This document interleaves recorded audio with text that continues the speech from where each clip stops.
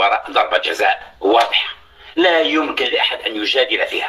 وهذه الأمور إذا أضفناها لمباراة مالي، عدم احتساب ركلتي جزاء لمالي يجعلني أنا أتساءل، هل المغرب بحاجة إلى مساعدة الحكم ليمر إلى الدور القادم؟ لقطة ركلة الجزاء. ركلة الجزاء أنا حسب رأيي محمد، أنا متابع لكرة القدم. نعم. ركلة الجزاء كان فيها احتكاك لكن يقدر يصفر، يقدر يصفر. فيها بارك الله فيك. فيها وعليها. أنا لي يا محمد، أنا لي ليست ركلة جزاء. نعم. خصوصا الظروف المحيطة بركلة الجزاء. أنت راك تلعب، دير روحك أنت في مكان الحكم. لما تكون عندك السلطة التقديرية ولقطة تقدر تقول 50-50، ما يقدرش يعطيها لك في الدقيقة الأخيرة. تلعب في المغرب في الأرض في بلد المستضيف والمغرب فايز 1-0، ما يقدرش يعطيها لك. هذه السلطة التقديرية. كاين ظروف محيطة بركلة الجزاء. نعم.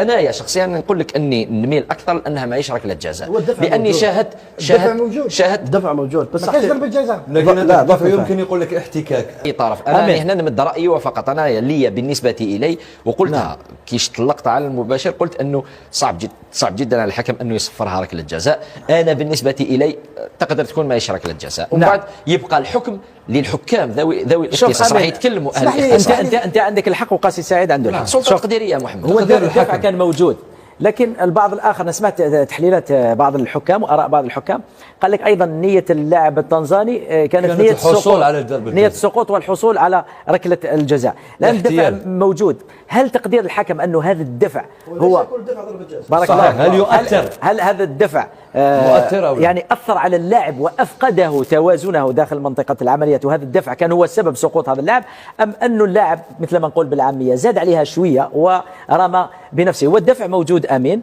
والحكم كان قادر يصفر، ما كانش قادر يصفر. هذه السلطه التقديريه. كاين لقطات واضحه. هذه قاسي سعيد، انا اشوف كره قدم، انا مانيش جديد في كره القدم، بديت نشاهدها بالامس مع كل احترام لكل الاراء. يعني نشوف كره قدم تقريبا عندي اكثر من 30 سنه نشوف كره قدم. نعم. شفت لقطات في مباريات اقوى في مستوى اعلى، شفت لقطات بين ريال مدريد وبرشلونه مثل هذه الحكم ما صفرهاش ركله جزاء، وكاين لقطات اقل من هذه يصفرها تبقى سلطه تقديريه الحكم. تفضل طارق. هو الفار باش نفهموا حاجه، انه الفار يعيط للحكم هذا يكون اختلاف بين الحكام. اذا كان هو الحكم شافها ماشي ركله جزاء وحكم تماس كان موجود هناك كان عندهم رايهم انه ماهيش ركله جزاء دفع عادي، اذا الفار وافقهم في الراي ما يعيطونهمش، نعم. لانه عندهم نفس الراي. اذا كان الفار مخالف يقولوا له لا انت راك واش شفت داخل ارضيه الميدان، واش شفنا احنا في الكاميرا مش نفس الشيء.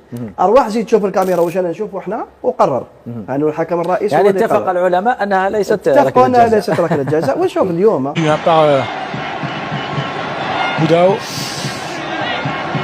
Il y a un léger contact entre le pied gauche de Moudao et le pied droit d'Abdel Zalzouli.